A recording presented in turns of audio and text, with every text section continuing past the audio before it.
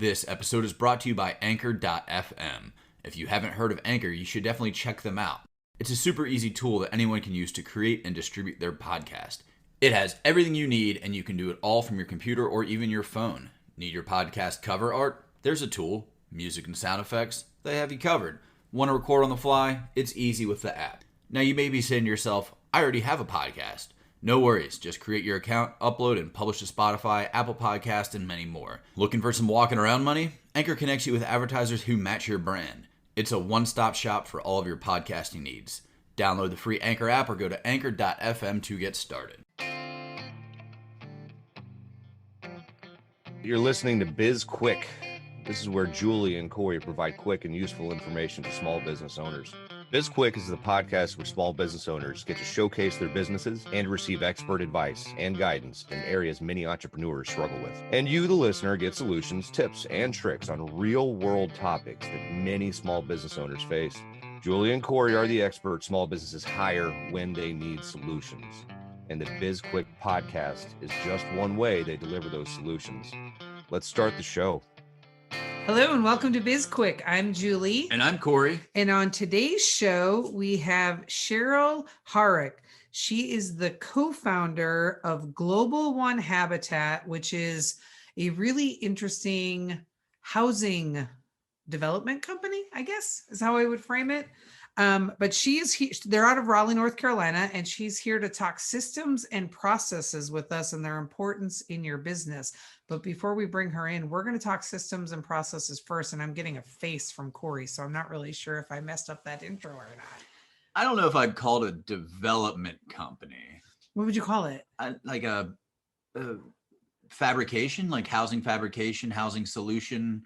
Because they're not actually like doing the housing developments. They're building the houses that go into the developments. Yeah, that's true. I wasn't thinking of like development in that sense. I was thinking of it that they've developed this new technology for houses, but you're right. I didn't word it well. So yeah. Well, so anyway, yeah, they have a proprietary system and supplies and that's what I'm looking for, materials, where they can, using very simple techniques and very almost kind of like Legos, but not really, they can put together a house with a small amount of people in a very short amount of time. Yeah. It's affordable in the sense that it's, they have just a couple of options. So there's no like real bells or whistles, but the idea is that it's, they're extremely efficient in terms of cost and energy and time and especially money. So yeah, they're working on solving the housing problem for people. Yes. Yeah.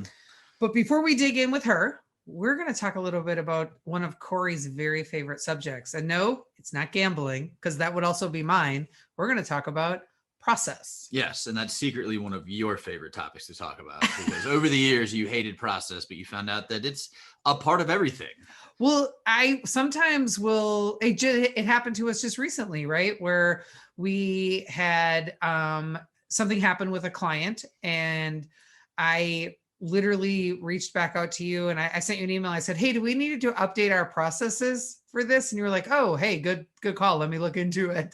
So I think you've beaten it into me at this point. I have been beat into submission over process. I didn't beat anything. You just realized how important that they are, because they are. And it's one of those things that a lot of people, they get, they're intimidated by it. It's almost like financials or whatever. They think it's this long drawn out, the process of process is crazy and you have to have all these drawings. And no, it's you just need to know what you do, and it can be as simple or as complicated as you want, but you just need to know what it is that you do, and you need to be able to replicate it. So does that mean that I don't have to know how to create cool drawings in Visio to understand process? No, just like bulleted lists are fine. Drawing it out on a whiteboard or listing it out on the back of a napkin, whatever it is. I mean, you want it to be a little more formal when you're presenting it to your team or you're reviewing it or whatever. But yes, you can put it in any format that makes sense to you. Why do you think people struggle so much with people who aren't like, belted in process? They don't have a green belt or a black belt or whatever other color belts you can get in process. Why do you think they struggle so much with the concept of processes? Because of that reason. that it's been beat into their heads that you have to be a Six Sigma black belt in order to understand process. Oh yeah. But you don't. Anybody, it's like you don't have to be a black belt to get in a fight. Anybody can get in a fight. Doesn't mean you're going to win, but do you remember that time that we were building a team and I thought we were building a transformation team and it turned out we were building a process team? And I think you were pretty much the only person who didn't get upset when you found out that you were actually a process analyst and not a subject matter expert in a functional business area. Yeah, I didn't really have much emotion about that team to begin with. So that team changed your life. Now that team changed directions and I gave up like 1,000 times and I gave up after like the 10th. I was like, whatever. Just tell me what to do. Yeah, exactly. I mean, there was that one summer where I was getting torn between the ERP rollout and doing process work, and talked to our boss and he's like, well, I'm going to need you. I'm like, I don't care. I was like, if you're splitting me between two roles, you're going to get 50% of the work done on both. So you got to pick one or the other. Just pick. Yep. Just pick one. Never did pick one. Just split it 50-50. Right. That always reminds me of, like, when we say, like, just tell me what you want me to do. That episode of Seinfeld. I don't know if you were a big Seinfeld person or not. Of course. Where Kramer kept getting the calls for 1-800-film. They were calling 1-800. The movie phone guy. Yeah. Movie. And he says, why don't you just tell me what movie you want to see? It's one of my favorites. But okay, so on the process front, if there was is it a like hot tip or a take or something that you can give people to help them make it simpler in their minds, what would you say? I mean, there's nothing that it's as simple as you want to make it. It's like the process of closing a sale. Like you do it, it's in your head. You might have some of it written down. It might be spread across a couple of people, depending on the size of your organization, but you need to you close a sale, you need to fill out a certain piece of paperwork. The customer needs to go into your CRM. They need to get an onboarding package. Somebody needs to follow up with them. Like they need to get added to this. Like there's all these things that need to happen. It's whether or not you formalize it and written it down. And chances are you probably do have it written down. It might be in a couple different places. Like I said, you just need to combine them just so that you know that you could hand that off to anybody. The idea being that you want to make your life easier. You can hand it off to anybody and they can take that and they can do your job or that salesperson's job or whatever it is with little to no direction. So we use processes every day in everything we do. Correct. Yeah. Business and personal. Yeah. And like, I mean, driving to work in the morning is a process. You have to put your clothes on. You have to put your keys in your pocket. You have to turn the car on. You have to, et cetera, et cetera. Yeah. It's just, you don't think about it that way because that would just be dumb to think about it that way because there's certain things that you can do without having to describe it. But let's say you were trying to explain to, your kid who's new at driving on how to get to point A from point A to point B. It's like, all right, well, here's the things that you're going to have to do. So when you're new, you're going to have to train somebody in your business to do whatever it is that they're doing. From there, it becomes kind of, you essentially put yourself on cruise control, but. Interesting. Okay. All right. Well, we should wrap up and bring Cheryl in so we can talk process with her. All right. All right. We'll see you in a minute. We wanted to take a quick break to tell you about our newest course called Time Bomb. If you're ready to take control of your calendar, this course is for you. We guide you through all the steps you need to understand where you're spending your time, what your time is worth, and how to build out your days and weeks so that you can add more value to your business or just spend that time enjoying life. We have 3 options for you. The course, a bundle which includes products designed to help you become more efficient with your time, and a boot camp where you'll get time in a small group setting to get the personalized help you need. Head on over to sbpace.com to learn more. Time Bomb. Take control of your calendar, gain control of your life. All right, welcome back to the show. We've got Cheryl Herrick with us now from Global One Habitats. Hey, Cheryl, welcome. Thank you. Thanks for having me.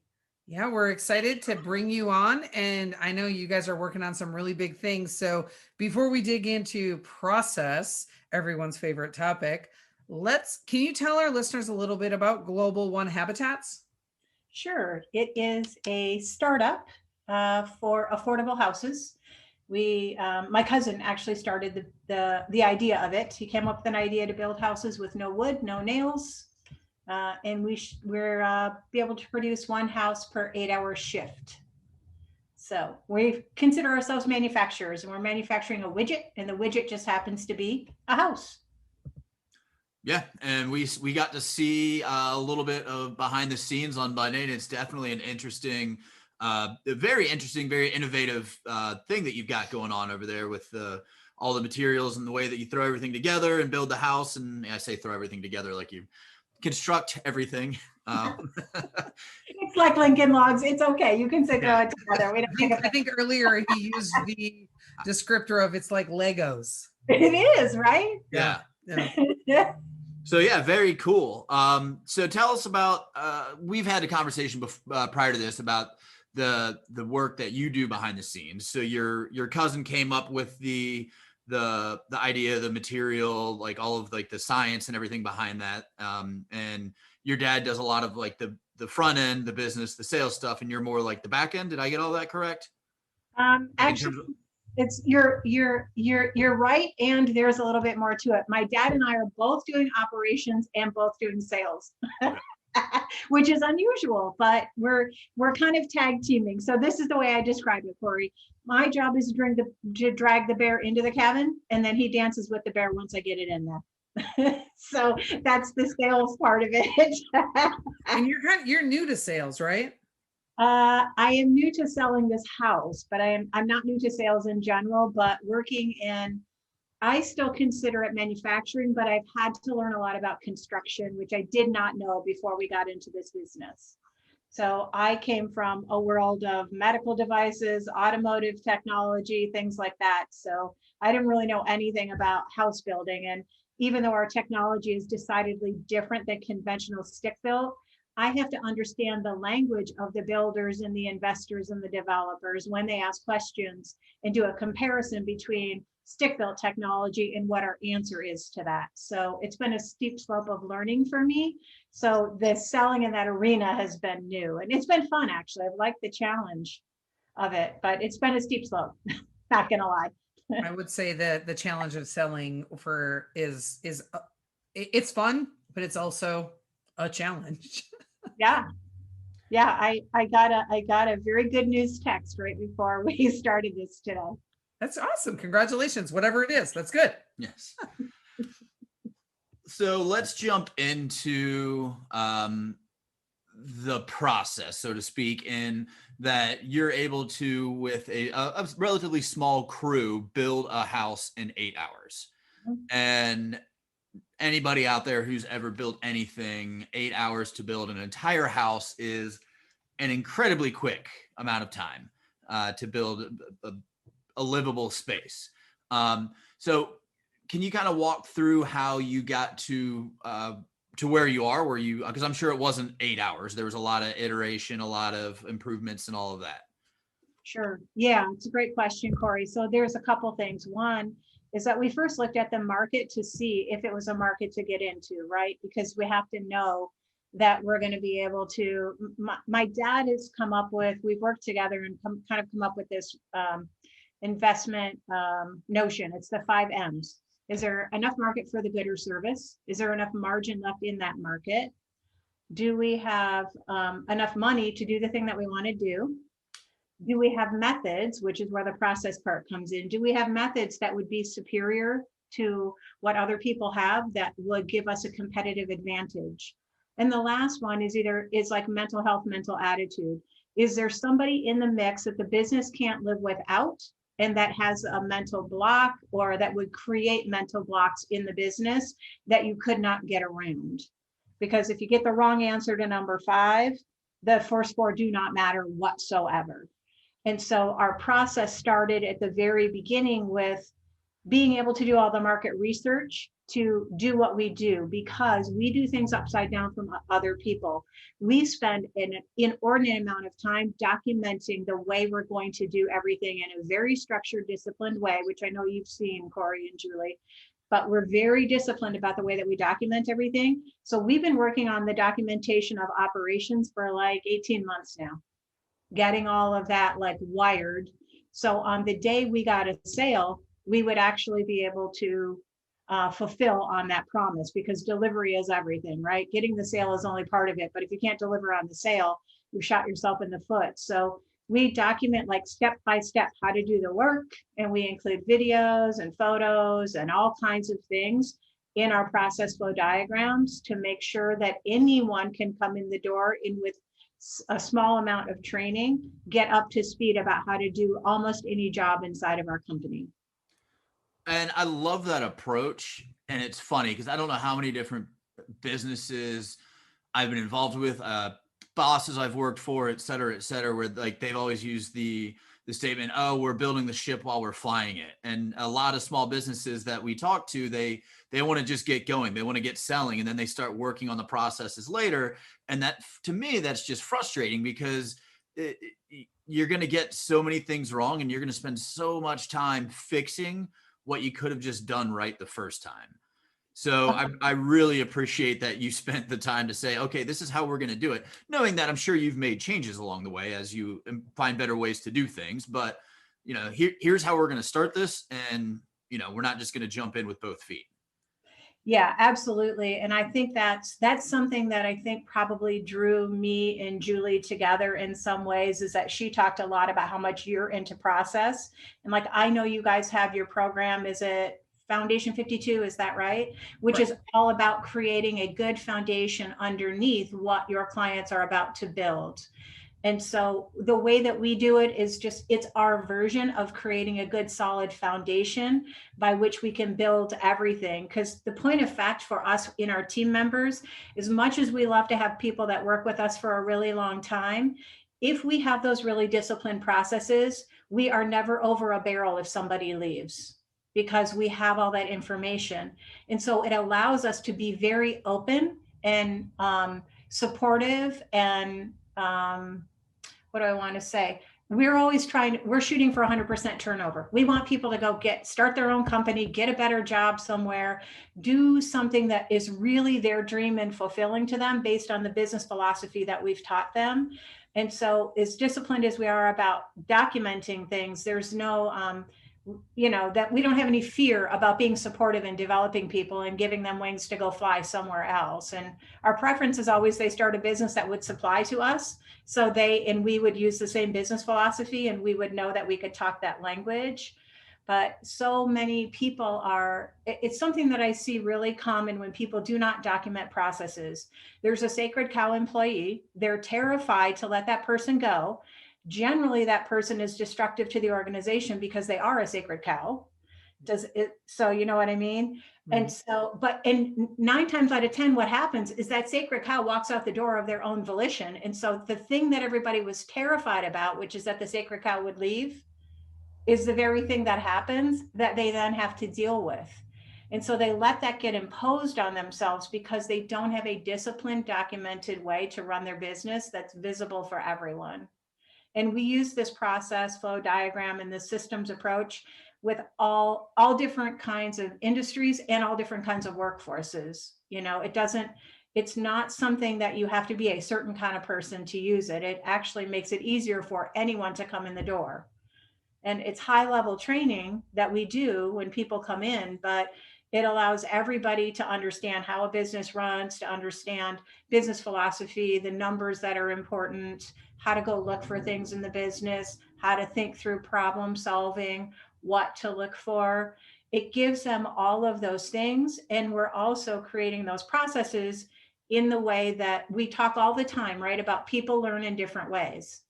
But if we don't train, educate, and develop in all the ways that people learn, then we're shortchanging somebody. If all of our instruction is audio, and you say, I've told them 10 times, I don't know why they don't get it. If you told them 10 times and they don't get it, telling them 10 more times isn't going to help, because they're not an auditory learner. So continuing to tell a visual learner auditorily how to do something is a waste of energy, and it frustrates you and it frustrates them. So the way that we approach it with the process flow diagrams and attaching photos, videos, databases, PDFs, whatever, it gives it to people in all of their learning styles, because kinesthetic is very similar to seeing things in word, picture, video. So if we give it to them in all those ways, it's closer to fulfilling every learning style in the way that things are documented.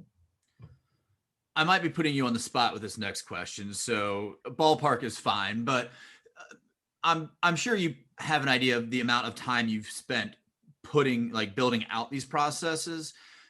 Could you estimate like the amount of time that you're saving on the back end if you had not put them, built them out to begin with? It's a really great question, Corey, and it's not putting me on the spot because I'm open to any kind of question. And my answer is I have no idea what it's saving us other than this. The thing that I know for sure it's saving us is if we had not done it, we would not be able to deliver on time as promised. So the reason that we do it is that for us, we can either plan it all out on paper ahead of time or put out all the fires during production. One of them is way less expensive and saves a lot of time. The other one, everybody is running around putting out fires, which in the manufacturing production world, time is everything. And you do not want to slow down the line. You don't want to have anybody have to walk away from the line for any reason. You want people to be able to just be focused on the job at hand. And all of those fire putting out, it's frustrating for the team members. It's frustrating for the people that work there. They didn't ask to come and have to solve all that noise. They came and said, I'll be innovative. I will help you solve business problems, but they weren't hired to run around and put out fires. So as leaders, our job is to give them a method to do their work that removes as many barriers as possible. So I don't know what the time is, but what I do know, and what I can say with absolute confidence is that if we had not done it, the orders that are now coming in, hallelujah, are for our startup, we wouldn't be able to deliver on that promise because for us, a minimum order is 100 houses. We're not just building one house at a time. When an order comes in, it's for 100 houses, and we have to move a manufacturing facility to their site, get set up and train people and start pumping out houses. And we're going to do that inside of about 4 months. So we'll go from being in North Carolina to ramping up and spitting out houses within 4 months and 1 week in a new location with all new employees that live in that area. It's because we spent all the time on the front end, and people think we are so crazy for having spent so much time on this documentation. 4 hours, 3 days a week for like 18 months now. We've been doing it. That's amazing. And I think, what I was thinking of as you were talking about the expense on the back end, right? You put out the fire and it costs way more money to do it on the back end than it does on the front end is, I used to lead, in a previous life, really software development team, right? And the expense of finding a bug when you find it really, really matters. So having the good requirements, having a good testing process, looking at things early, being iterative is important because it saves you money. And in some instances, it saves lives. It just depends on what you're building. So it's very, that's what I thought of when you were talking about those processes and what you're gaining from them by having them in place. And real quick, Cheryl, question for you about the housing development that you're doing, the 100 houses. How long is it going to take you to complete that project, the 100 houses? So I've been sitting down, playing around on paper, confirming our numbers, truthfully, to satisfy myself, because I'm a girl who needs to prove it to herself. Everyone else can tell me. And then I'm going to sit down and say, okay, we've been talking about this. Okay, now this girl's going to sit down and put pencil to paper. So it will take us, this is going to be funny to do this math. It's going to take us 5 months to do 5 houses, the first 5 months. On month 6, we're going to pump out, depending on how fast they want them, we can pump out 5 houses per week or 15 houses per week on month 6. No, month 5, 6. Yeah, month 6. Because the first 4 months is going to be set up the manufacturing facility at the site, work out all the supply chain stuff that we'll have to work out in that region, bring on board the people, train them, get the manufacturing facility built and ready to roll. And then week one, it'll be one house that will pump out. I'm giving us 2 weeks to pump out the first house at the new location. Everybody else is giving us a week. I'm giving us a buffer myself when I did the math. So that first month, it's going to go slow because we're going to be ironing out all of the things that maybe in our process we hadn't predicted. But then so that's like month 4 to do the setup, month 5 to do those first 5 houses to really get it refined.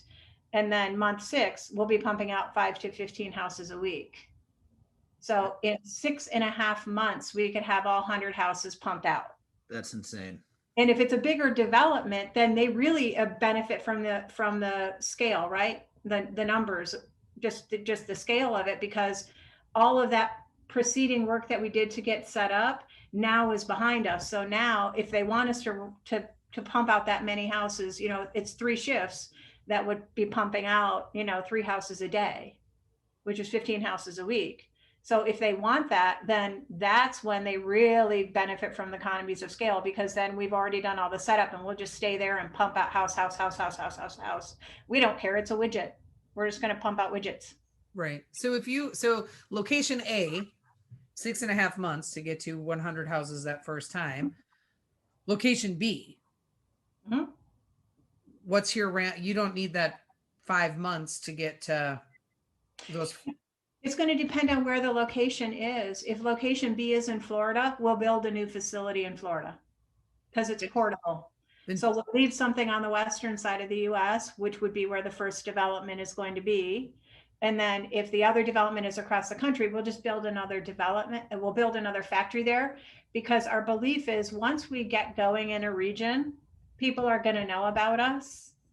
And right now, everybody is, because we're a startup, everybody wants us to prove ourselves. And we're fine with that. I understand that.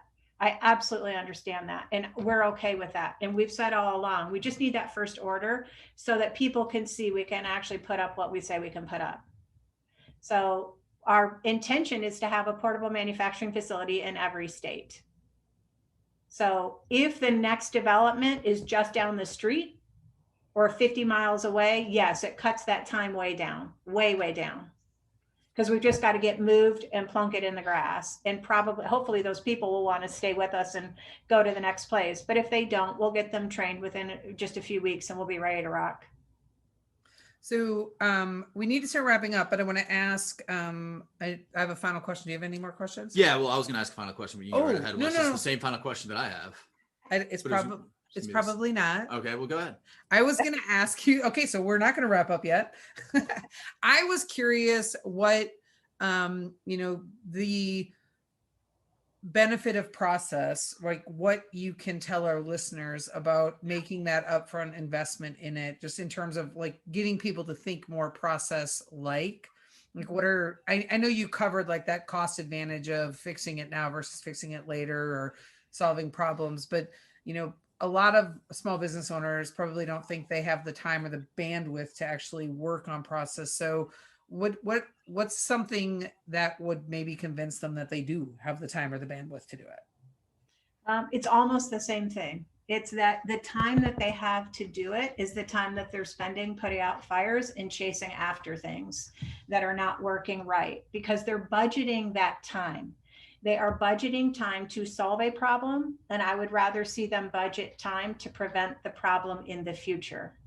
So the documentation piece, if done well, can help them prevent that problem in the future. So all the time that's being allocated to, duplicate things and chase after this, and this doesn't work, and that there's that problem over there, they do have to take a deep breath, and it is developing a new habit. So I understand that it's hard because you have to create momentum in a different direction, and it doesn't all have to get done in an instant. But even if people could commit 2 hours a week, if they could find 2 hours a week to start doing document creation, they would be so much further along a year from now, because it's never ending. It doesn't end. It's not done, because you're developing new processes, you're growing, you're innovating. So you're always going to have new things to document. So it becomes the way that we do business. Yeah, and that was basically the same, along the same lines that I was going to ask. And it is definitely a process in the sense that you just have to kind of get going, and it's never ending, and it seems like it's daunting, but once you kind of start to get rolling and get in the habit and all of that, it definitely becomes easier and easier. You just start thinking that way. And for all the listeners out there, I estimated based upon the 4 hours, 3 days a week for 18 months, that Cheryl was somewhere between 900 to 1,000 hours of process work to get to where she is. You don't need to do that for your business. No, you do not. You do not. This is a heavily steeped manufacturer, really worried about safety. That's why I said if they could commit 2 hours a week, I think that's a low bar to jump over. Yeah, absolutely. The payback would be tremendous. Yeah, we commit an hour a week. We have our continuous improvement meetings every Friday. So they're always interesting because, well, it's process. So one of us loves it and one of us is like, ugh. All right. Well, thank you, Cheryl. Can you tell our listeners how they can learn more about you and the business? Sure. They can look us up at Global One Habitats. That's who we are on Instagram or on the website. Perfect. All right. Well, thanks so much for taking the time to drop in today. We really appreciated and enjoyed the conversation. Thank you to our listeners for tuning in, and all of Cheryl's information that she just provided for the business will be in our show notes. You can connect with us on social media. We've got LinkedIn, Twitter, Instagram, and Facebook. And we've also got our own YouTube channel. I got that correct this time. You did. Nice work. And you can go out there and check out our Project 365. We got some other videos, etc. Everything that you need to know is on our website, sbpace.com, including links to all of our social media. Yes. And you can subscribe to our podcast while you're out on the old interwebs, wherever you listen to podcasts. Oh, and it would be so wonderful if you liked us and gave us a review, because we love feedback. And if you want to be on the show, that information's on the website as well. You can fill out a form and we'll reach out to you. If you just want us to cover a certain topic, reach out to us. You can shoot us an email, track us down some way, any way you can, social media, whatever it is. We also have a book out there. It's called Seriously Now What? A Small Business Guide to Disaster Preparedness. It is a #1 bestseller on Amazon. There's a digital workbook available on our website for a download to go with the book. And if you've already purchased the book, or if you purchased it in the future and read it, we'd love it if you could just give us a review on the book. Yeah, I just realized our outro is getting as long as the interviews themselves. Yes. I'm Julie. And I'm Corey. And this was BizQuik, helping small businesses across America.